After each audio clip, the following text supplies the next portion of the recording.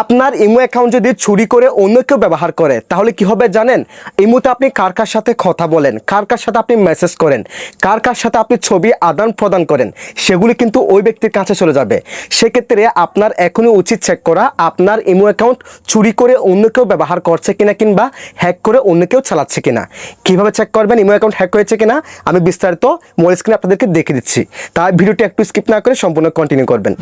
So first of all আপনি আপনার imo অ্যাপসটা ওপেন করে দিবেন। ইমো অ্যাপসটা ওপেন করে দেওয়ার পর এখান থেকে আপনার ইমো অ্যাকাউন্টের প্রোফাইলের লোগোর উপর ক্লিক করে দিবেন। প্রোফাইলের লোগোর উপর ক্লিক করে দেওয়ার পর ঠিক এরকম একটা ইন্টারফেস শো হবে। দেন এখান থেকে সিকিউরিটি অ্যান্ড প্রাইভেসি এই অপশনে ক্লিক করে দিবেন।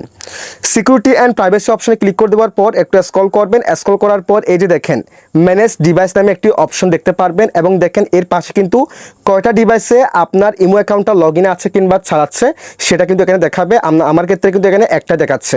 সো আপনার ক্ষেত্রে দুইটা দেখালে আপনাকে বুঝতে হবে আপনার ইমো অ্যাকাউন্টটা অন্য কোনো ব্যক্তি ব্যবহার করছে।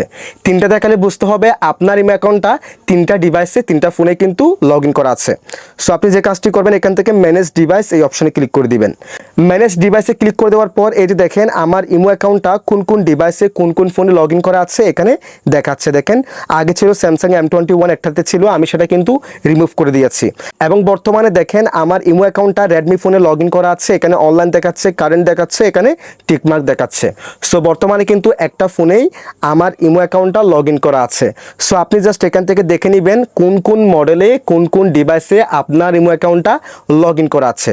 সো আপনি জাস্ট এখান থেকে যদি কোনো ডিভাইস আপনার আননোন লাগে, অপরিচিত মনে হয়, যদি আপনার মনে হয় ওই ডিভাইসে আপনার অ্যাকাউন্টটা লগ ইন আছে, সেক্ষেত্রে আপনি এখান থেকে ডিলিটের এই অপশনে ক্লিক করে দিবেন। দেন এখান থেকে ডিলিট অপশনে ক্লিক করে দিবেন। তাহলে সেই ডিভাইস থেকে আপনার ইমো অ্যাকাউন্টটা লগ আউট হয়ে যাবে। দেখেন অটোমেটিক্যালি কিন্তু এখান থেকে চলে গেছে। তারপর দেখেন আরেকটা মোস্ট ইম্পর্টেন্ট সেটিংস দেখেন মাল্টি ডিভাইস, এটা দেখেন আমার ক্ষেত্রে অন আছে, আপনার ক্ষেত্রেও অন থাকতে পারে। সো আপনি যে কাজটি করবেন এটাকে অফ করে দিবেন, ডিসেবলে ক্লিক করে দিবেন। এটাকে যদি আপনি অন করে দেন, আর এটাকে অন করে দেওয়া মানে হচ্ছে ইমোতে আপনি পারমিশন দিচ্ছেন আপনার অ্যাকাউন্টটা একাধিক ব্যক্তি মাল্টিপল ব্যক্তি ইউজ করুক। সো যদি আপনি চান আপনার ইমো অ্যাকাউন্টটা আপনি ছাড়া অন্য কেউ ব্যবহার না করুক, সেক্ষেত্রে আপনি এটাকে মাল্টিপল ডিভাইস এটাকে অফ রাখবেন। অন করে দিলে কিন্তু একাধিক ব্যক্তি আপনার ইমো অ্যাকাউন্টটাকে ব্যবহার করতে পারবে। সো এটা কিন্তু অবশ্যই লক্ষ্য রাখবেন, এটাকে আপনি অফ করে দিবেন। সো এইভাবে আপনি চেক করতে পারবেন আপনার ইমো অ্যাকাউন্টটা অন্য কেউ চুরি করে ব্যবহার করছে কিনা কিংবা হ্যাক হয়েছে কিনা। যদি ভিডিওটি ভালো লাগে অবশ্যই লাইক কমেন্ট শেয়ার করে দিবেন, চ্যানেলটিকে সাবস্ক্রাইব করে রাখবেন, পেজটিকে ফলো করে রাখবেন। সবাই ভালো থাকবেন, সুস্থ থাকবেন, আল্লাহ হাফেজ।